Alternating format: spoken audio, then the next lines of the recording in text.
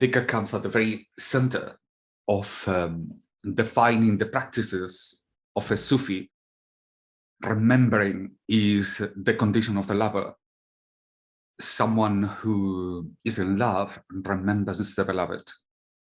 So what is it that is in this world of Dhikr that it needs to be known, and in which way I can enter it and gain the maximum benefit possible? Well, first of all, I would say the same things I said earlier, that Dhikr is a labor of the heart. And this is the most important condition and the most difficult to achieve, because we are trained to use the brain. We are rational individuals, especially the people in the West. For example, I notice a big difference when putting people in halwa, in the different reaction of people of the East who are more in tune with their heart as with Europeans. Europeans, we are solidly trained to a rational way of thinking. So it takes a little bit more effort for Europeans to overcome switching from the brain into the heart. Labor of the heart means that you are abandoning the labor of the mind. And together with the labor of the mind, that rational mind that is saying to you, I love you, I'm going to do this, I'm going to do that. And while you are expressing with words the things that you say, that they may be accompanying the changes of the heart, what it does is substitutes the effort of the heart and becomes all a verbal expression. We know that there is a difference because you can say something and you can think something, while the heart is somewhere else. And that's what you can fake. You can say, I love you, and you don't mean it. When the heart is in action, the words are unnecessary. And the same thing happens with emotions. You probably all remember when this book came out called Emotional Intelligence, and there was a big hype about the importance of emotions. And it was presented as if the emotions represent a form of intelligence that is different than rational intelligence. It is indeed. But it was given the attributes of what will be akal, will be the power of the heart, and it's still emotions, is different. So in the same way that we distinguish akal, the use of the heart, the power of the heart, the stimulation of the heart, the growth of the heart, expansion, etc., we distinguish this with conducting knowledge from emotions. The emotions are not the heart, and that's very clearly so. That's why you can have all the emotions in one direction and the heart being somewhere else. And this has been seen as kind of almost double personality.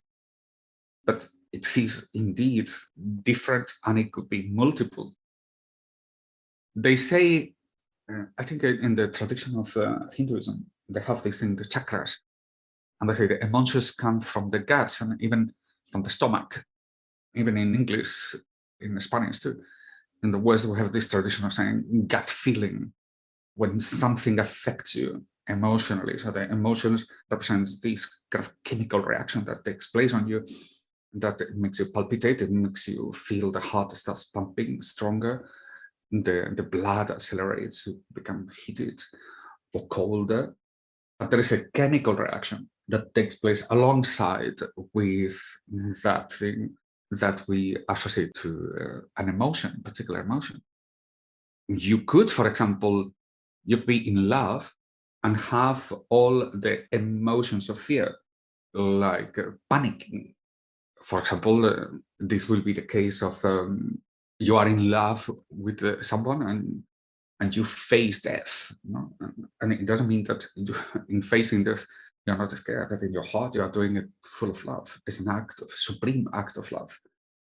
But you could be in love and you can fake, you can act. A good actor will be able to not only respond with his words, but also emotionally. and you can mold the emotions according to patterns, even though you may be somewhere else, and be absolutely, totally, utterly convincing. These emotions could be entirely run amok in themselves and create a habit out of them and build up phobias and build up philias on account of particular objects or situations where you just enter into emotional response upon something that, rationally speaking, is nothing to be scared of. Your emotions have been trained, they have created a habit that runs independent of yourself. When we speak about reason, or just like when we speak about emotions, the heart carries with itself a certain thinking in tune with the heart. Like, for example, somebody who is in love with Allah will express it. And alongside with love of Allah, some people will manifest emotions, but the emotions are not necessary to fall in love with Allah. That's why in Sufism, there is this concept of sobriety, and it is considered for the people who are doing dhikr to maintain your sobriety.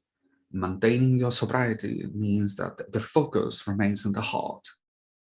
And this is an important element of dhikr, because those who allow themselves to express through emotions are not different than those who allow themselves to express through reason, so that they will be committing themselves to expressing how they love Allah in terms of wording, commitment, etc. Maybe all laudable and wonderful things, but still reason. And in as much as it is necessary to distinguish the heart from reason, it's also necessary to distinguish the dhikr from the emotions. And the emotions are not seen in any way as a vehicle to help, but rather the opposite.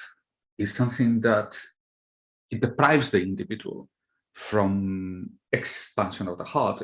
It confuses and distracts. And that's why the best attitude towards dhikr is to maintain sobriety. Sobriety is very clear.